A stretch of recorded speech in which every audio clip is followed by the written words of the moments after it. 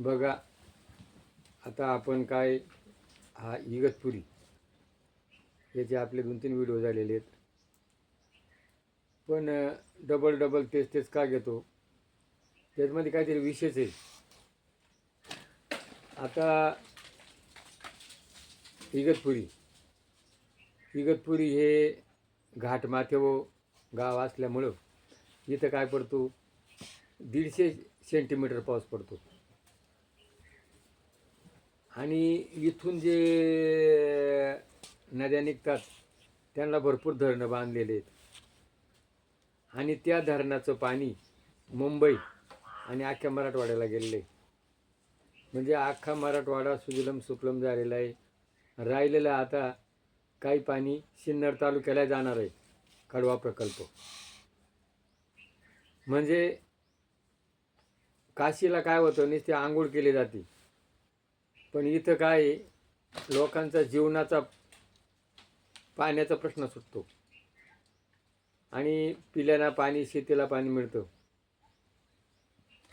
हा इगतपुरी तालुक्यामध्ये धरणं, रेल्वे, समृद्धी महामार्ग गेलेले आहे.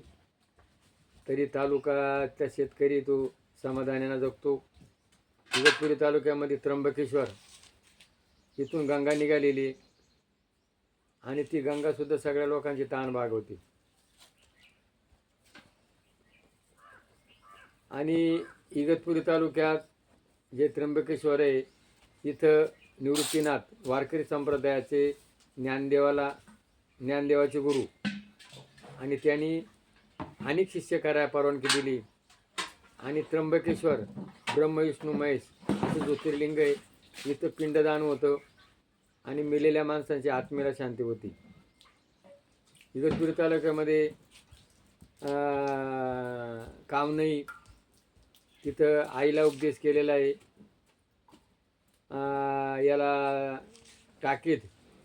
टाकीदला जटायूला सर्वतीर्थाचं पाणी पाजलं. आणि शुक्लतीर्थ खेडपशी इथं शुक्लमुना तप केलेलं आहे गुरु करता. कळसुबाई शिखर आणि इगतपुरीला जंक्शन स्टेशन, इगतपुरीमध्ये शांती केंद्र जगात 1 नंबरचं आहे. तिथं आलेल्या माणसाला आज माणूस जिकडे तिकडे शांतता मिळत नाही. आणि ज्या वेळेला त्याच्या आत्म्याला शांती मिळते त्यावेळेला त्याचं जीवन धन्य होतं. असं हे धम्मगिरी म्हणून शांती केंद्र जगात 1 नंबरचं आहे. इथं खुलेबाबाचा मठ, वारकरी संप्रदाय, आणि इथं मुलांना शिक्षण दिलं जातं, मुलं घडवले जातात, सुसंस्कार घडले जातात. बाबा लोकांना ज्ञानदानाचं काम करतो. आणि इथं एक नाथपंथी कानिपनाथाचं मंदिर आहे. तिथे एक बाबा आहे, शंगळ बाबा. तो सुद्धा लोकांना खूप अंधश्रद्धा निर्मूलन करून लोकांना आत्मिक समाधान, माणसाचे मन पॉवरफुल करतो. आणि असं हे ज्ञान देणारं, ज्ञानाची गंगा, पाण्याची गंगा, आणि असं हे इगतपुरी नाशिक जिल्ह्यामध्ये ठिकाण आहे, पर्यटन ठिकाणे. या ठिकाणाकरता या मनसोक्त आपल्याला जे बघायचं आहे ते सगळं बघा. पर्यटन करता खूप सोय आहे.